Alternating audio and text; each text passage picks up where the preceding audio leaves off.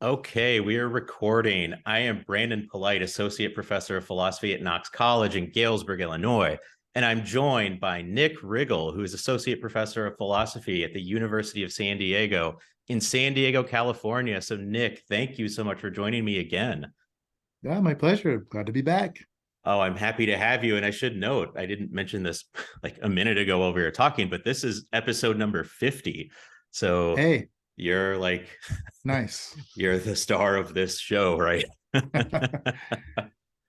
So What was thanks our for first episode? I can't remember what number that was. I relatively I think it was under Early 20 ish. actually. Yeah, Yeah, like 18, 19, cool. something like You've that. been busy. Yes. Yeah, I have been. Right. So thanks for joining me once again. We're talking about your book Aesthetic Life and Why It Matters, which you co-wrote Yes. with, there it is, with Dominic Lopes and Benson Ane, which came out from Oxford University Press in 2022. And your And by the chapter. way, coming out in paperback Ooh. this year. Oh, fantastic. Yeah. Cheap. Awesome. Cheap, cheap, cheap, right? Cool. So your chapter is called Aesthetic Lives, Individuality, Freedom, and Community. And I want to start with this really illuminating discussion you have early in the chapter on what digging into food can tell us about aesthetic life and aesthetic value. So can you just like briefly talk us through that idea and then we'll get into your view more generally? Yeah. So there's this history in aesthetics of analogizing aesthetic value and aesthetic matters with taste and matters of gustation.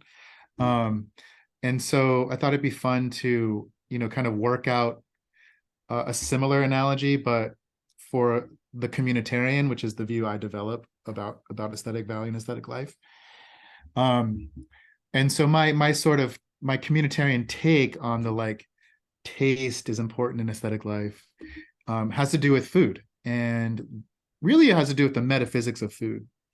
So there's this question about what food is, just metaphysically speaking. Like, can we give a theory of food? And you might think that it's kind of obvious that food is just a source of nutrition, or food is whatever we can eat to um, maintain homeostasis, stay alive as a biological organism. It turns out that that's just a terrible theory of food. So there's tons of counterexamples. So um, we eat all kinds of things that are not nutritious at all. Diet sodas, movie popcorn, maybe if chewing gum counts as food, chewing gum. There's lots of things that we ingest that are completely food but are not nutritious. So straightforward counterexample. There's also lots of nutritious things out there that we don't eat and wouldn't count as food, even though they would be sources of nutrition. I don't know, it's kind of gruesome, but elephant blood, I think I use that example. Maggots, some cultures do eat maggots, but typically people are unwilling to count maggots as food. Um, uh, Go figure. But so this makes one wonder what could food be if it's not just this nutritious thing. And it turns out that I think, or I argue in the book, the best way to think about what food is to think of it as a thing that plays a role in a social practice, where the social practice is eating. So it's not like we find something that has some special property and then we eat it, and like it's food and then we eat it. It's rather humans need to eat, and eating is a practice that we need to engage in. Food is whatever helps us engage in that practice. So it's a slightly different way of thinking about the metaphysics of this kind of thing. It's a kind of socially constructed thing. So food is whatever's worthy of eating. Eating's a social practice that involves, in part, the gaining of nutrition, but lots of other things too. Engages us in creative activities. It engages us in community with others. it is pleasing, and so on and so forth. So the basic thought is food is whatever's worth eating. Eating is a social practice that's structured around the goods of nutrition, community, pleasure, creativity, and other things I talk about in the chapter. So the analogy with aesthetic value is that aesthetic value is what's worthy of aesthetic valuing, where aesthetic valuing is also a social practice structured around various goods that I talk about in the book. Yeah, awesome. And one thing that account of food really helps to draw out is the thought that what's food for us need not be food for other people, right? Yeah, That right. would count. And that's sort of how we talk, right? That, well, that's not Yeah. food for us, it's food for them. And you could sort of recognize that, well, I would never eat that, but they do, and that's totally cool with them. And that could be true, whether you're just a vegetarian or vegan, right? Mm-hmm. And Yeah. well, meat is food for those people, it's just not food for me. Or if, it's another Yeah. culture that eats maggots or eats ants or eats other forms of protein, or any sort of Yeah. edible object, that just doesn't fit into the practice of the community you belong to. Yeah, exactly. So on the view I developed there, food is what's worthy of eating. Now, something can be worthy of eating, i.e., worthy of playing some role in an eating practice, without it being worthy of your eating. Like you have your own eating practice. You're just one individual, who partakes in this like really complex general human practice. So you can even as an individual admit, well, this thing's food, i.e., it's worthy of eating in general, but it's not worthy of my eating. It's not part of my eating practice. Um, I don't eat raw ant egg salads. That's not part of my eating practice. I'm not familiar with that eating practice. And so there's a sort of note of caution here of like, just because you don't eat the thing doesn't mean it's not food. Yeah. Which, that should be true on any theory of food.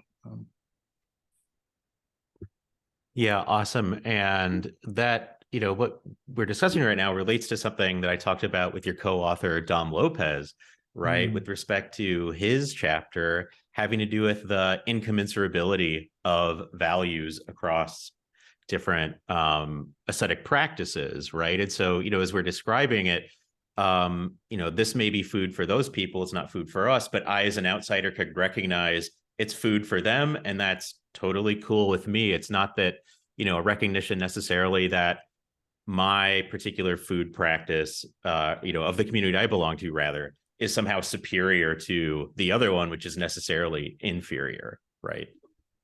yeah, right. Yeah. I mean, that's interesting. For Dom, there's a kind of disanalogy between aesthetic practices and eating, where I try to preserve the analogy. So for Dom, every aesthetic practice is a kind of self-contained whole. It's kind of, the practice of pulling espresso shots has its own norms, its own forms of achievement, and practitioners are responding to those norms and achievements, and within their own kind of siloed social unit. Eating, to me, is a general practice. So all food practices are, you know, are oriented towards this general practice of eating. So there's a kind of general good that you can specify eating, the social practice of eating, that all the different food ways have in common. So I try to think analogously with aesthetic value. There's a practice of aesthetic valuing that all specific aesthetic practices partake in. And that's what these specific practices have in common. So there's a kind of uber structure of valuing that sheds its normativity on all the specific aesthetic practices, where Dom would want to deny that there's this kind of umbrella practice. Yeah, that he sort of keeps things at this level, whereas what you're describing is a more top-down approach, or just a more sort of globalistic approach, maybe the way to say that? Yeah, I think there's two sort of sources of normativity in a sense. There is the top-down source. There's, in my view, so aesthetic value is what's worthy of aesthetic valuing. Aesthetic valuing is a social and communal practice that's governed by the value of aesthetic community. So that's the good that is the ultimate source of aesthetic values goodness. Aesthetic community exists when individuals' aesthetic valuing practices are mutually supportive. So there's these other goods that go into aesthetic community, the good of individuality and the good of volitional openness, or what I call aesthetic freedom. So if you and I have individualities and capacities for aesthetic freedom that are such that when we express our individualities or engage in aesthetic freedom, we somehow just, I sometimes put it, vibe, or we just click, right? There's a kind of harmony of individuality. Then we exist in that sense, in that case, in aesthetic community. And the practice of aesthetic valuing is structured by that good. In other words, in a sense, what we're trying to do when we engage in aesthetic life is realize this good of aesthetic community, cultivate our individualities, engage in aesthetic freedom in such a way that we enter into these mutually supportive activities. So,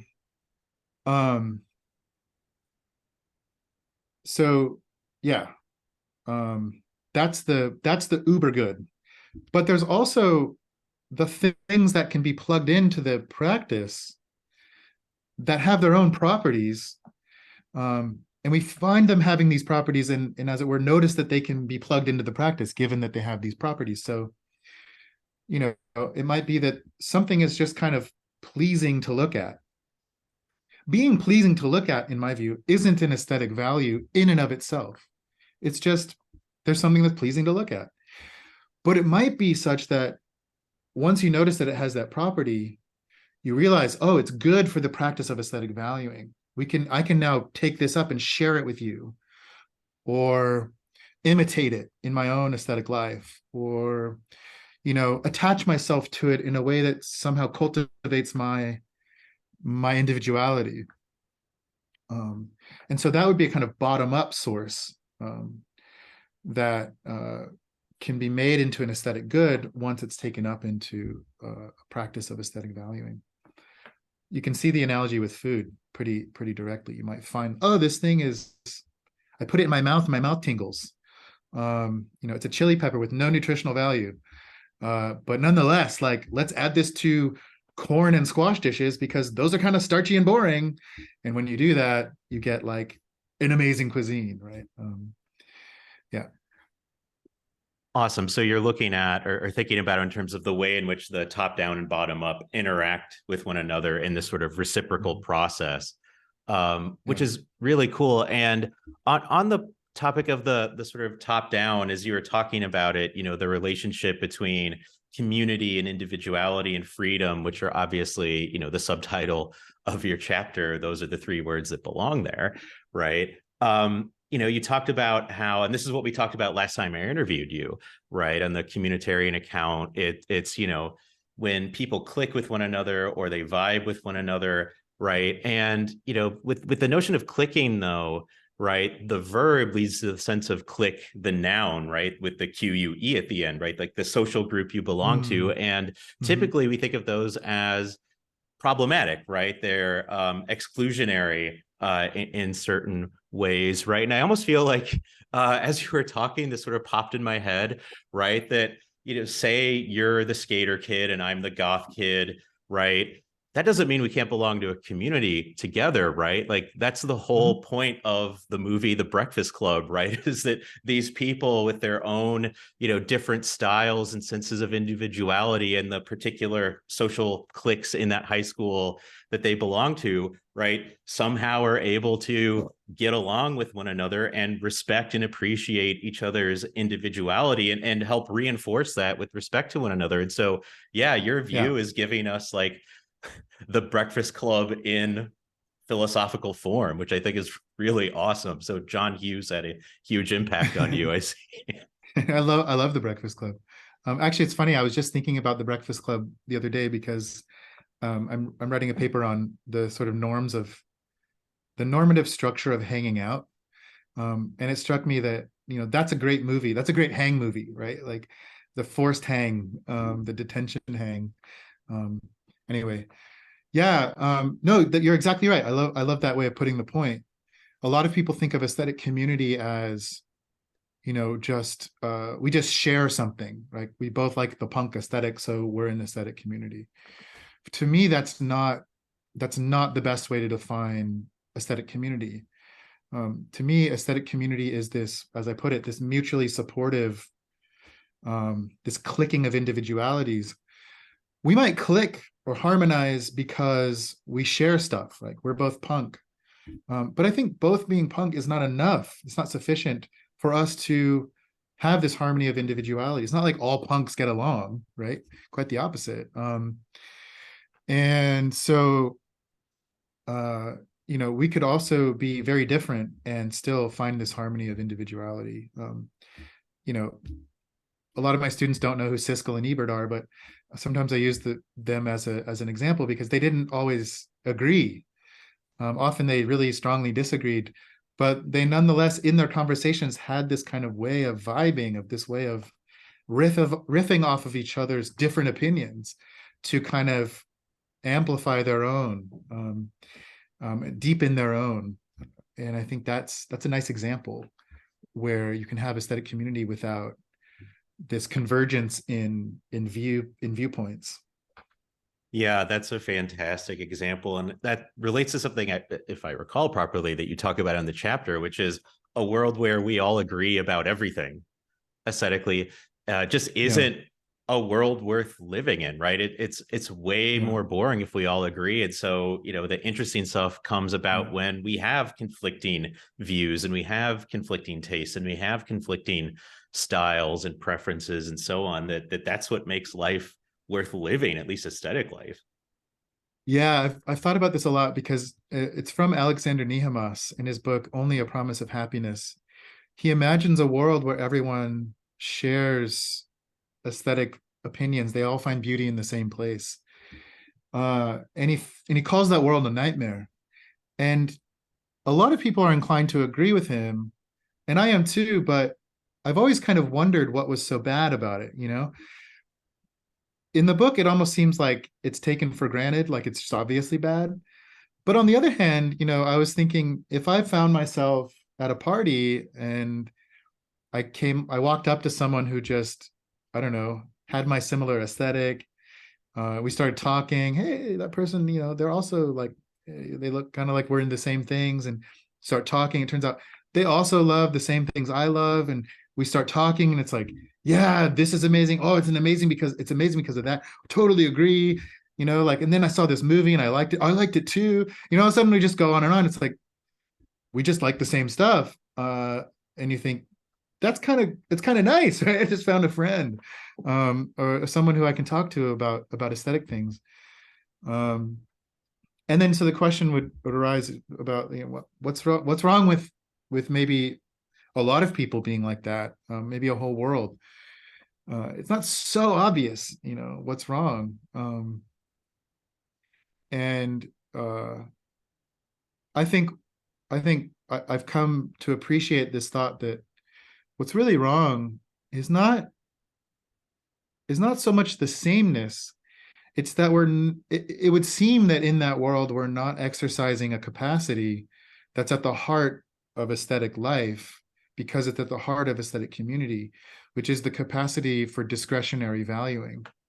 So that's this idea that a lot of our valuing is compulsory. We don't get to decide whether love is good or murder is bad, or family is worth preserving. These sort of deep thoughts about value are things that are, we don't get to decide about them. Maybe they're socially compelled, or the moral law itself sort of decrees that these things must be so.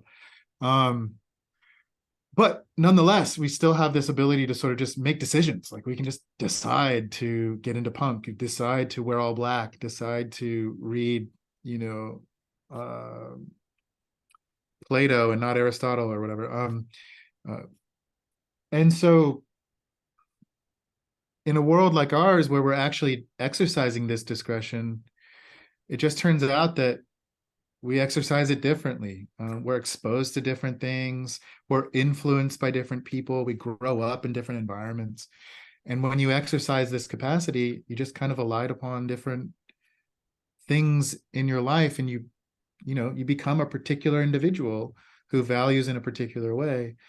And yeah, in a world where everyone is the same, it would seem that no one's really exercising that capacity, and that would be detrimental to aesthetic life. Yeah, and you make a claim in the chapter, which I think is exactly right, that sort of a world like that might be a world full of persons, right? Like ontologically, they're all persons, right? But it's not a world with individuals, right? Because individuality, involves sort of, crafting an identity for yourself that's differentiated from other people. And we do that in large part through our preferences and through cultivating our tastes and our interests in aesthetic objects and aesthetic practices.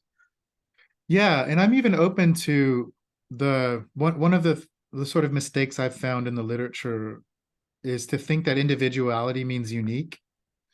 And I also don't think that. I mean, I think that it's fine, like my example of the person at the party. The reason that's fine is because, we might have like almost identical individualities. It's fine because we know we live in this world where it's super rare to find that. Normally when you exercise discretion in these ways, you cultivate something that is differentiated from other people. So when I do find someone who's not differentiated, it's like, whoa, that's an extra marvelous fact, right? It's like, this is extra cool. This has extra aesthetic value because it's, it itself is worthy of kind of appreciating in a certain way. Yeah, and that leads to another pop culture reference just really quickly. This is just an aside, I guess, is I don't know if you've seen Pee-wee's Big Holiday, which is of course it's on, so that's the new one on Netflix. And there's a scene there where he first meets Joe Manganiello. And they realize that they click immediately, right? That they have, name the top 3 candy bars, right? And then they list the top 3. And it turns out like they're both into like miniature, like town making and stuff, right? And so that finding someone who you just immediately click with, right? That's not so scary, precisely because, as you described, it's rare, right? That it's, oh my God, like this person is exactly like me. That's really cool. Whereas in a world where everyone is exactly like me, that seems way more disturbing. Yeah, and the flip side of it, finding someone, I think this is also sort of a point in favor of my view, is that finding someone who's the complete opposite of you, that doesn't have to be a reason to dismiss them or to think that you can't form aesthetic community. Because often someone who's completely different from you is sort of fascinating and challenging in a way that's totally conducive to aesthetic community. Someone who has a completely unique and interesting take on film or cuisine or dress, it's like you're kind of like, I would say, like not so good at aesthetic life if every time you saw someone who's completely doing their own thing, you were like, that's not normal, or something, like you like dismiss them. Being sort of basic is not great for aesthetic life. By the way, do you follow Pee Wee Herman on Instagram? Because He's Yeah, I amazing. do. Okay. Good. He's fantastic. Everyone follow Pee Yeah. Wee Herman on Instagram. Yeah. So on this topic, I mean, what you just said is really interesting. I think is exactly right, right? The fact that if you find someone who's your exact opposite in every way, that's not a reason to disengage with them, right? It seems like it could be a Yeah. reason to engage with them, right? The bizarro version of you. And that relates to something that I talked with your other co-author, Bensa, about, Mm. right? We talk quite a bit about aesthetic disagreement, right? Disagreeing with others. And, you Yeah. know, his view is that disagreements aren't that important, if at least if we think about it in terms of like comparing judgments, right? And so Mm. what's your take on the issue of aesthetic judgments? Because again, in Bensa's view, right, that experience is the thing that we need to be having. It's sharing experiences with others, not sharing judgments through like, I liked it, you didn't. Okay, that sucks. Next, right? And so what is Yeah. your take on aesthetic judgment and its role, if it has one, in our aesthetic lives? Yeah. Um I have kind of strong views about this. So I don't like the use of the term judgment in aesthetics. It's just I don't like it for many reasons, but the two that are maybe the most prominent are, first of all, it's just weird. Like we just, I mean, it's it's like, what's a judgment? It's like this special thing that's not, is it a claim? Is it an assertion? Like we have these normal terms, I can just make a claim like this thing was awesome, that thing sucked, this thing is aesthetically interesting, that thing, like, are these judgments? We can talk about the attribution of aesthetic value properties. We can talk about aesthetic interpretations. Like these are all normal sounding things, but philosophers like to talk about aesthetic judgment, like this whole different thing. Um, and that I just find it's easy to excise from your vocabulary and just talk about things that we're all familiar with. The other thing is it imports all this kind of Kantian baggage that I just don't find helpful at this time in aesthetic theorizing, where we're all kind of questioning the traditional theory of aesthetic value that comes from Kant and trying to come up with alternatives, which is, part of what I do in this chapter. Sketch the kind of alternative to Kantian aesthetic hedonism kind of style of views. So yeah, anyway, that's my preamble. But I think basically Bensa agrees with me in the sense that like judgments, if you think of them as these kind of final verdicts about the overall aesthetic value of something.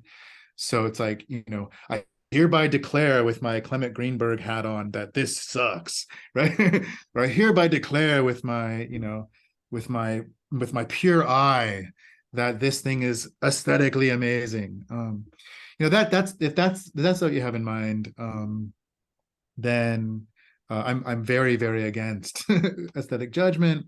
And I think, along with Benza, that what matters isn't that we reach some final verdict. It's that we, uh, engage with aesthetic goods in a way that's productive of aesthetic community. So it might be that we don't share the judgment, as we've already talked about the thing's final value. In fact, I would say, some of the uh, some of the fun moments that my wife and I have watching, say, television, is when we do disagree, and we can, as we're watching, like one of us is kind of hate watching and the other is like genuinely into it, and the discussion that happens, like that's fun, right? That's a good time. And so yeah, having a kind of shared judgment is not really, it's kind of neither here nor there when it comes to living a good aesthetic life. For Bensa, of course, aesthetic life is all about, or at least one of the main reasons, or the main reason you should really care about it, is that you can achieve these aesthetic experiences that are, worth kind of like sharing with other people. And I totally agree with that. That, at least the part that says that this is a cool part of aesthetic life. It would be one of the reasons why you might care about it. But where Bensa's disinclined to go down the path of like giving a theory of aesthetic value, I'm like, I'm like miles down that path. Like I'm all about that path. So I think basically Bensa and I agree, except that he's less willing to, draw up a more sort of like comprehensive, systematic theory of aesthetic value and how it plays into aesthetic life. Yeah, cool. So one last question, which is you end the chapter by asking this sort of set of provocative questions about, well, sort of further things for the reader to think about, I guess, right? And the question is basically, I mean, I can just read the quote. Is the Yeah. practice of aesthetic valuing something we need? Is it something humanity needs? Or is aesthetic life good for some people, some cultures, some nations, sometimes, and not for others? Right. And so it's this question of Yeah. what value, is there like this grand value that aesthetic valuing has? Or is it something we can sort of opt into or out of without harming our lives? And so I'll just invite you to sketch out some of your thoughts on that question. Yeah. So I think there's two sort of levels at which you can ask this question. One is, why care about aesthetic life? That's kind of the main question of the whole book. Why care about aesthetic life? Why does it matter? And there's one level of answer that I offer in my communitarian aesthetics, which is by appeal to the values that govern aesthetic life, or the most fundamentally governing values. So like aesthetic community and its ingredients, individuality and aesthetic freedom, or volitional openness. So one answer is just to say, well, don't you care about those things? Aren't they great? Like, surely, like, you could care about them. Like, you have this power to choose what to care about. And aesthetic life really asks you to like care a lot about that power. Like, why not get into it, right? Of course, it's a good thing. You have this ability to be volitionally open, to be aesthetically free. If you don't, aesthetic life calls on you to engage in that freedom. Isn't that great? Like, shouldn't you want that? And then when you put these things together and you like meet other people who are doing this in a way that clicks with your way of doing it, like, then you reach this higher level of goodness. And don't you want to realize that value, that community in your life? That's one level. I feel like that's fairly appealing. But there's a different kind of like, there's a different, I guess, even deeper level of questioning where you might just wonder, like, why do we need those things? I mean, you might think we do need them. Maybe you'll agree with that. Like, yeah, aesthetic life, let's do it. Like, people who don't engage in it are missing out on those goods. But like, why want those goods at all? Like on some deeper level, why care? Like, why? Given that we need it, why should we want it? Like, why is that the case?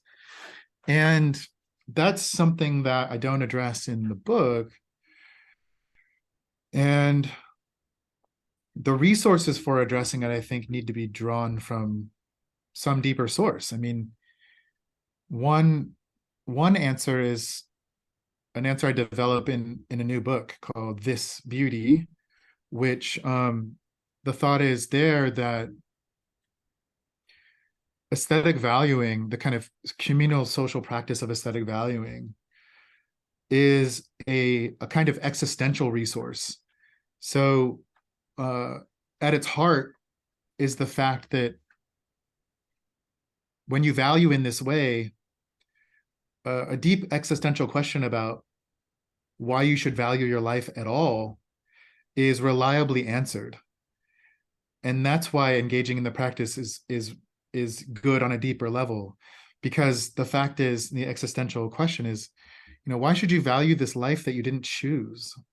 And that is deeply challenging and unpleasant in a lot of ways, even for really well-off people. I mean, especially for people who are oppressed, impoverished, and so on. Life is just difficult, and it's full of suffering, and it's problematic in a million different ways. And you didn't ask for it. No one asked, no one had a chat with you before you came into existence to ask you, maybe like, would you mind being embodied on this weird spinning space orb that no one really knows about, and it's all one great giant difficult mystery.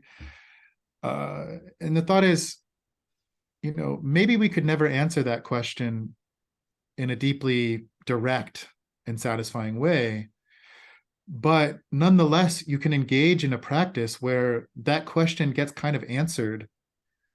Someone shares with you a really just stunning album, and you think, okay, like, I accept this life that I didn't choose. Like, I'm just listening to this music and it's just incredible, and it's okay.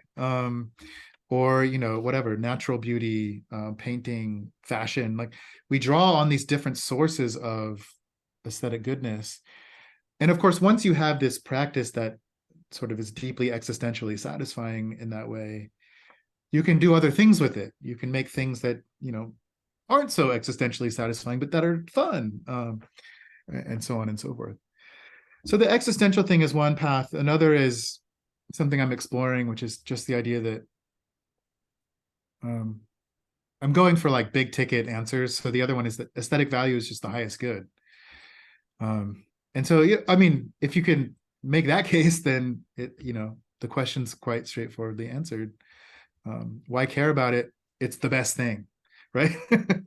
But it takes a lot of work to figure out what it even means to say that something is the highest good. And there's a lot of sort of philosophical problems there that are taking me a while to figure out, along with my friend and fellow philosopher Clinton Tolley. We're working on that stuff together. So TBD whether that works out. Awesome. Well, Nick, thank you for so much for joining me. This was a fantastic Yeah, discussion. The my book, once pleasure. again, is Aesthetic Life and Why It Matters, which came out from Oxford University Press in 2022 and in paperback in 2023. So stay tuned for Yeah. that. So thank you, Nick. This was awesome. Yeah, thanks for having me, Brandon. Thanks for doing this series too. It's a really nice thing to have as we teach the book in our philosophy classes. Awesome. Glad to be of service.